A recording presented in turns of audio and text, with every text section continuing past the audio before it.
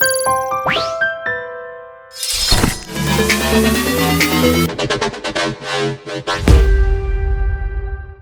Everyone, welcome to Tutopia exam YouTube channel. আজকের এই ভিডিওটাতে আমরা ডিটেলসে দেখব যে ইম্পর্টেন্ট কারেন্ট অ্যাফেয়ার্সের কোন কোন টপিকগুলো রয়েছে। কেন এই পার্টটা ইম্পর্টেন্ট আমি একটু জিনিসগুলো প্রথমে ক্লিয়ার করে দিই। দেখো, ফুড এসআই এক্সাম যখন দিতে যাবে তখন কিন্তু জিকে পার্টটাতে কিন্তু 50 নাম্বার থাকে না। 50 নাম্বারের মধ্যে মিনিমাম আমি বলছি 5 to 10 মার্কস তুমি ধরে চলো কারেন্ট অ্যাফেয়ার্স পার্ট থেকে থাকবে। গত 5 বছরে কোয়েশ্চেন পেপার অ্যানালাইসিস করে যেটা আমি বুঝতে পেরেছি যে পার্টিকুলার কিছু টপিক আছে যে টপিকগুলো থেকে কারেন্ট অ্যাফেয়ার্সে কিন্তু কোয়েশ্চেন জিজ্ঞেস করছে। না, এখানে এটা বলে দিই, যেহেতু এবারে 6টা শিফটে এক্সাম হবে, যেহেতু এবারে কিন্তু 6 শিফটে এক্সাম হবে, তো মনে রাখো এই 6টা শিফটের যে এক্সাম বেশিরভাগ কিন্তু পার্ট কিন্তু তুমি যদি দেখো তাহলে কিন্তু কারেন্ট অ্যাফেয়ার্স থেকে তুলতে পারে। গত 10 বছরে কিন্তু দেয়নি কারেন্ট অ্যাফেয়ার্স থেকে সেরকম কিছু। এবারে যতদূর আইডিয়া করছি যে কারেন্ট অ্যাফেয়ার্স থেকে কোয়েশ্চেন কিন্তু এক্সপেক্ট করতে পারো, যেহেতু 6টা শিফটে এক্সাম আছে। নাও এখানে কয়েকটা জিনিস কিন্তু ইম্পর্টেন্ট। কোন কোন জিনিস ইম্পর্টেন্ট? কারেন্ট অ্যাফেয়ার্সে না নিউমেরাস টপিক আছে এবং ডেইলি বেসিসে প্রত্যেক দিন কত কারেন্ট অ্যাফেয়ার্স জেনারেট হয় সেটা তোমরা জানো ভালো করে। না, এখন যদি সবগুলো পড়তে যাই তাহলে হয় নিজেকে পাগল ফিল হবে, না হলে যে এক্সামিনার কোয়েশ্চেন করবে সেও যদি সব কিছু থেকে তুলতে যায় সে নিজেও পাগল হয়ে যাবে। তাই জন্য তোমাকে স্পেসিফিক কিছু টপিক আছে যেগুলো কারেন্ট অ্যাফেয়ার্স থেকে জিজ্ঞেস করছে, সেগুলোকে কিন্তু ভালো করে রেডি করে নিতে হবে। আমি তোমাদেরকে কিছু কিছু ইম্পর্টেন্ট টপিক বলেইছি যেগুলো থেকে কোয়েশ্চেন এসছে। প্রথম দেখো, সবসময় মনে রাখবে এইটা কিন্তু তোমার মেন ইম্পর্টেন্ট এরিয়া, তারপরে কিন্তু এটা একটা এরিয়া, দুটো এরিয়া কিন্তু ডিভিশন কিন্তু মাস্ট রাখবে, সাবজেক্ট আর জিকে। দেখো, প্রথম যে ইম্পর্টেন্ট টপিক যেখান থেকে কোয়েশ্চেন আসছে, 5 বছরের কোয়েশ্চেন যদি খুলে দেখি তাহলে কিন্তু ইম্পর্টেন্ট অ্যাপয়েন্টমেন্ট থেকে কোয়েশ্চেন কিন্তু আসছে। ঠিক আছে, 2023-এ যত ইম্পর্টেন্ট ছিল, 2024-এ দু মাসে মানে জানুয়ারি আর ফেব্রুয়ারি, এই 2 মাসে যত ইম্পর্টেন্ট টপিক হয়েছে সেগুলো কিন্তু তোমাকে রেডি করতে হবে। যেরকম আমরা যদি দেখি এই মুহূর্তে সিবিআই নতুন অ্যাপয়েন্টেড হয়েছে, এই মুহূর্তে ইডির চিফ নতুন অ্যাপয়েন্টেড হয়েছে, এই মুহূর্তে আমাদের ওয়ার্ল্ড ব্যাংকের হেড অজয় বাঙ্গা জয়েন করেছে, তোমরা জানো। সিভিসি প্রবীণ কুমার সুদ তিনি কিন্তু জয়েন করেছেন। তারপরে যদি দেখি আমরা আরও যদি দেখি বিভিন্ন যে অলিম্পিক যে অথরিটিগুলো রয়েছে তো সেখানেও কিন্তু হেড জয়েন করেছে। তারপরে আমরা যদি দেখি যে এই মুহূর্তে আমাদের ওয়েস্ট বেঙ্গলের চিফ সেক্রেটারি জয়েন করেছে। তো অনেক ইম্পর্টেন্ট অ্যাপয়েন্টমেন্ট কিন্তু লাস্ট 1 বছরে কিন্তু হয়েছে, তো তোমাকে কিন্তু সেটা ভালো করে রেডি করে নিতে হবে। এখানে কিছু কিছু রয়েছে, যেমন ইসরোর চেয়ারম্যান দেওয়া রয়েছে, CGA-SS দুবে জয়েন করেছে, আমাদের ফিকির নতুন সেক্রেটারি এস পাঠক জয়েন করেছে, ইউপিএসসি নতুন চেয়ারম্যান মনোজ সোনি জয়েন করেছে। তো এরকম ইম্পর্টেন্ট যত অ্যাপয়েন্টমেন্ট হয়েছে তোমাকে কিন্তু এটার একটা লিস্ট বানিয়ে নিতে হবে। যে কারেন্ট অ্যাফেয়ার্সের টপিক কিন্তু মনে রাখো। সেকেন্ড টপিক যেটা ইম্পর্টেন্ট সেটা হচ্ছে প্রাইস অ্যান্ড অ্যাওয়ার্ডস। এখানে একটা বলে দিই, প্রাইস অ্যান্ড অ্যাওয়ার্ডসের মধ্যে যেটা একটু ঘুরিয়ে ঘুরিয়ে করছে সেটা হচ্ছে, যেরকম এক্সামে জিজ্ঞেস করেছে যে ভারত রত্নের ইয়ারটা বলো, মানে কোন ইয়ারে ভারতরত্ন প্রথম দেওয়া স্টার্ট হয়েছে। বা ধরো তোমাকে জিজ্ঞেস করছে যে আমাদের অস্কার অ্যাওয়ার্ড কোন ইয়ার থেকে দেওয়া স্টার্ট হয়েছে। বা এক্সামে আমি বলছে নোবেল প্রাইজ প্রথম ভারতীয় কে পেয়েছিল। অর্থাৎ ডাইরেক্ট কোয়েশ্চেন না করে একটু ঘুরিয়েও কিন্তু কোয়েশ্চেনগুলো কিন্তু করছে। তো তোমাকে কিন্তু অ্যাওয়ার্ডসের বেসিক কনসেপ্টটা প্রথমে রেডি করে লিখে নাও, তারপরে কিন্তু যতগুলো অ্যাওয়ার্ডস আছে সেগুলোর কিন্তু লিস্ট বানিয়ে ফেলো।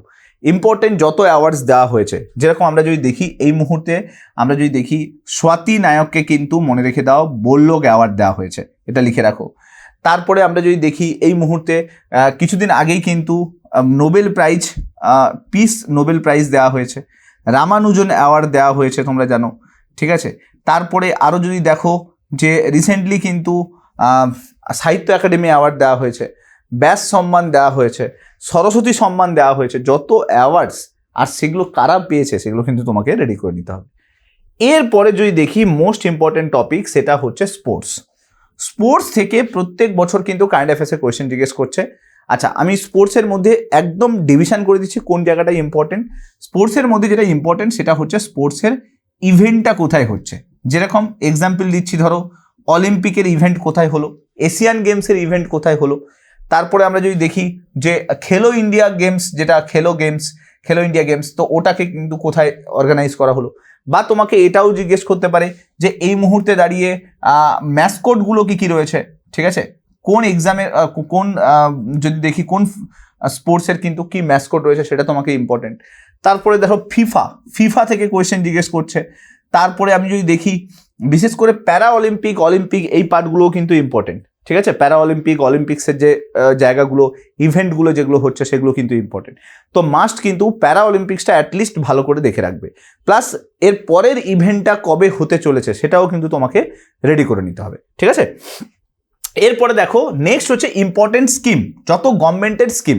আচ্ছা, গভর্নমেন্ট স্কিম কেন ইম্পর্টেন্ট? কারণ হচ্ছে যে স্কিমটা অলরেডি ওয়েস্ট বেঙ্গলে অ্যাপ্লাইড আছে, যে স্কিমটাতে পরবর্তীকালে তোমরা নিজেকে এনগেজ করবে, তো সেটা তো স্কিম তো তোমাকে জানতেই হবে। তো গভর্নমেন্ট স্কিম কিন্তু বিভিন্ন এক্সামে কিন্তু জিজ্ঞেস করছে, তো গভর্নমেন্ট স্কিম রেডি করে রাখতে হবে। আমি এক্সাম্পল দিচ্ছি কিছু কিছু স্কিম। বিদ্যাঞ্জলি স্কিম কোন মিনিস্ট্রি চালু করেছে বলো, বা ধরো কন্যাশ্রী প্রকল্প ওয়েস্ট বেঙ্গলে যেটা খুব প্রচুর পরিমাণে রয়েছে, বা ধরো সবুজ সাথী প্রকল্প যেটা ওয়েস্ট বেঙ্গলে প্রচুর পরিমাণে রয়েছে। তো ওগুলো থেকে কিন্তু কোয়েশ্চেন কিন্তু এক্সপেক্ট করতে পারো। তো গভর্নমেন্ট স্কিম সব লিস্ট কিন্তু বানিয়ে রাখবে। এখানে আরও একটা জিনিস বলে দিই, ইম্পর্টেন্ট গভর্নমেন্ট স্কিম রিসেন্টগুলো প্লাস ওল্ডগুলো, যেরকম সর্বশিক্ষা অভিযান ওল্ড আমরা জানি না, বাট সর্বশিক্ষা অভিযান কিন্তু এখনও রানিং আছে, ঠিক আছে। বা ধরো মিড ডে মিল স্কিম, ঠিক আছে, ICDS এর প্রকল্পগুলো, সেগুলো কিন্তু সব কিন্তু তোমাকে রেডি করে নিতে হবে। বিশেষ করে আমি বলবো যেগুলো খুব ফেমাস হয়েছে, যেরকম ধরো বেটি বাঁচাও বেটি পড়াও, ঠিক আছে। তারপরে ধরো আমি সামথিং বলছি স্বচ্ছ ভারত অভিযান, ঠিক আছে। এগুলো কিন্তু প্রচুর মানে কমন স্কিম, তো তোমাকে কিন্তু এই গভর্নমেন্ট স্কিমগুলো কিন্তু দেখে নিতে হবে। এরপরে আসি ইম্পর্টেন্ট জিআই ট্যাগ।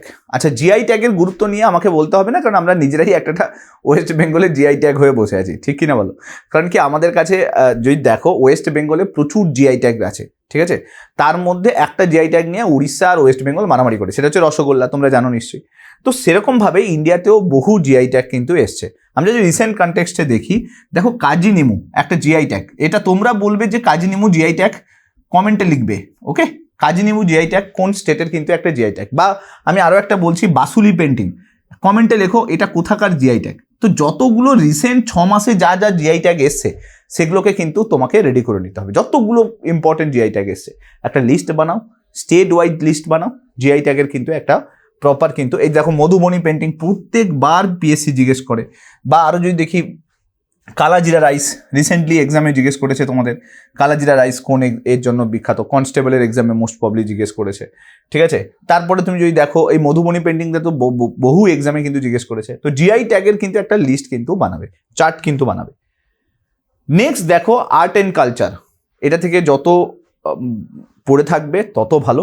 কারণ কি আমি তোমাকে কিছু কিছু টপিক আর্ট অ্যান্ড কালচারে বলেইছি, যেরকম দেখো টেম্পল আর্কিটেকচারটা তোমাকে ভালো করে রেডি করতে হবে। আর কি করতে হবে, একটা টেম্পল হয়ে গেল।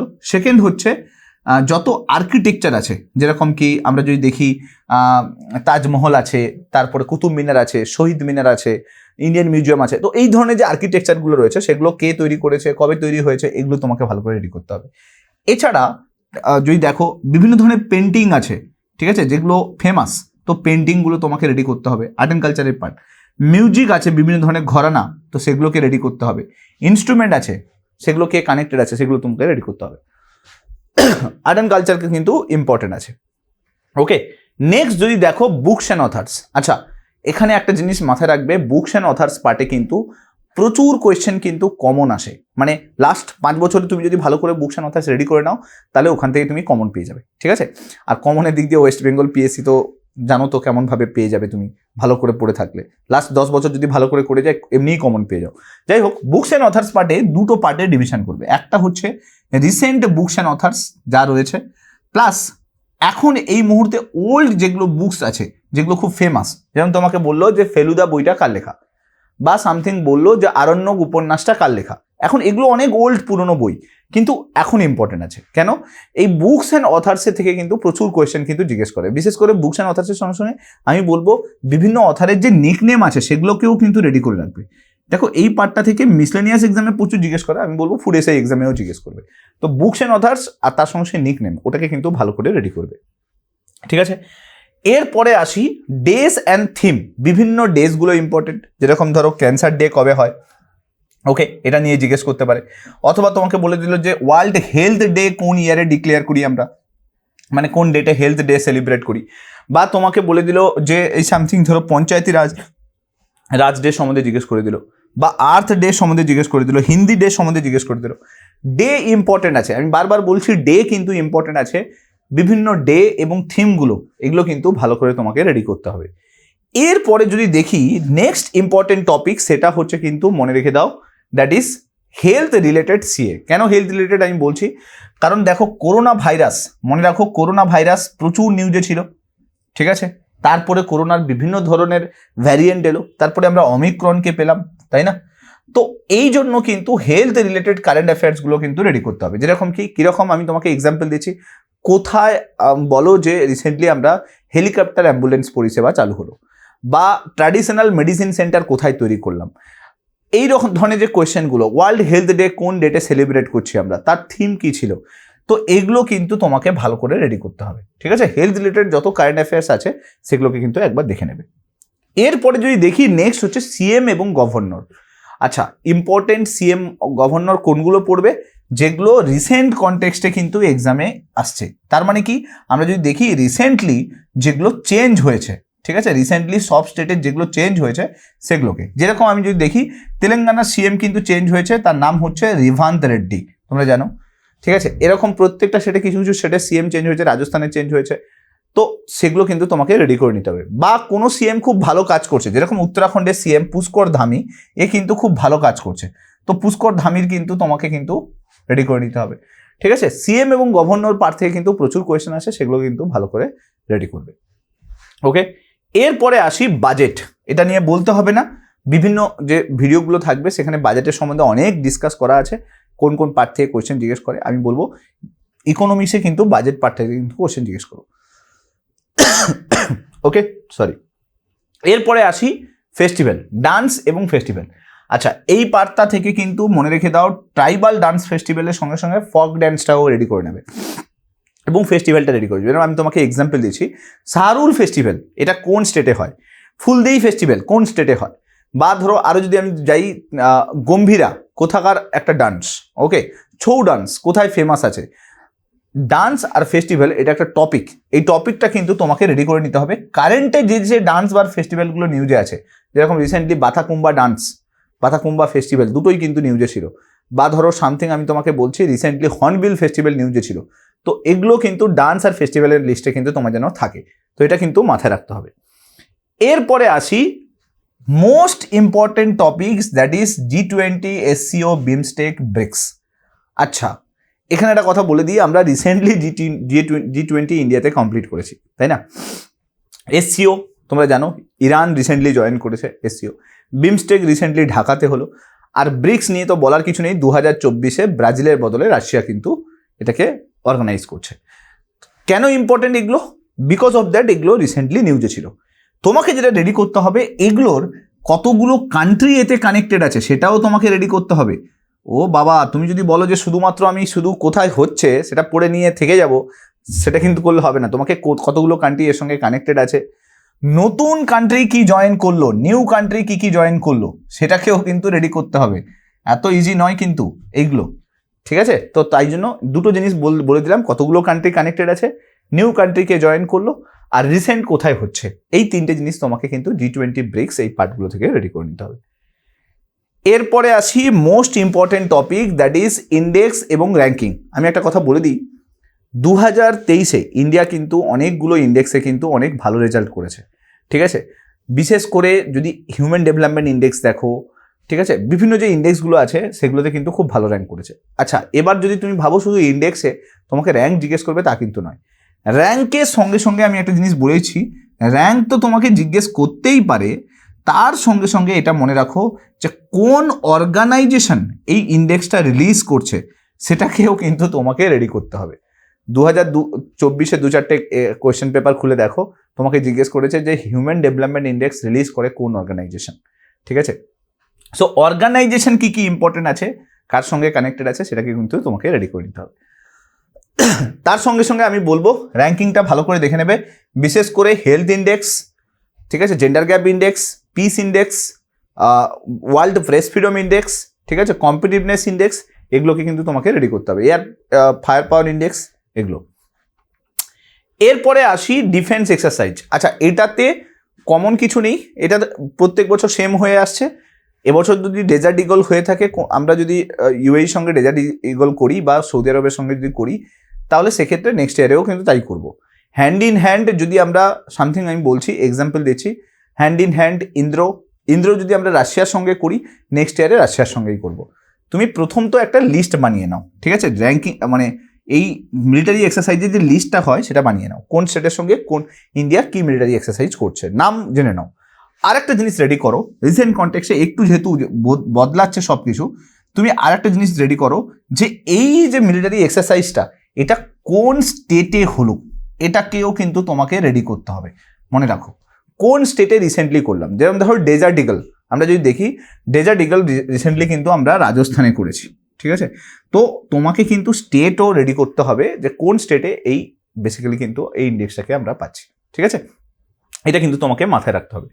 ডিফেন্স এক্সারসাইজ খুব বেশি হলে 15 থেকে 20টা রেডি করো, যেগুলো রিসেন্ট হয়েছে সেগুলোকেই ফোকাস করো, ওল্ডগুলো না করাই ভালো। আমার মনে হয় যে রিসেন্ট কনটেক্সটে কিন্তু কোয়েশ্চেনটা বেশি দেবে। ওকে, আচ্ছা, এখানে আমি তাহলে সবগুলো টপিক কিন্তু কভার করে দিলাম যেগুলো কারেন্ট অ্যাফেয়ার্সে ইম্পর্টেন্ট। এরপরেও আমি তোমাদেরকে বলবো লাস্ট 4 মান্থস যত ইম্পর্টেন্ট কারেন্ট অ্যাফেয়ার্স আছে মান্থলি কম্পাইলেশন থেকে ভালো করে রেডি করো। 2 মাস যদি তুমি পেরে যাও, 4 মাস যদি ঠিকঠাক হয়ে যায়, তাহলে নেক্সট 2 মাস কিন্তু ভালো করে করবে। আদারওয়াইজ আমি বলবো 4 মাসের ওপরে কিন্তু ভালো করে ফোকাস করো, এক্সামের যে প্রিভিয়াস 4 মাস। তবে যেহেতু 6টা শিফটে এক্সাম, তাই জন্য কোয়েশ্চেন হতে পারে কারেন্ট অ্যাফেয়ার্স থেকে এবারে সংখ্যাটা বেশি হতে পারে, জিকের পার্টটা কমিয়ে। তাও আমি বলবো যে টপিকগুলো দিলাম সেই টপিকগুলো থেকে বেশিরভাগ কোয়েশ্চেন আসার চান্স রয়েছে, ঠিক আছে। সো হোপফুলি বুঝতে পারলে, ভিডিওটা ভালো লাগলে লাইক করে দিও, আর যদি চ্যানেলটাতে প্রথম যদি এসে থাকো তাহলে চ্যানেলটাকে সাবস্ক্রাইব করতে ভুলবে না। নেক্সট ভিডিও তোমার সঙ্গে আবার দেখা হচ্ছে। Till then, bye by.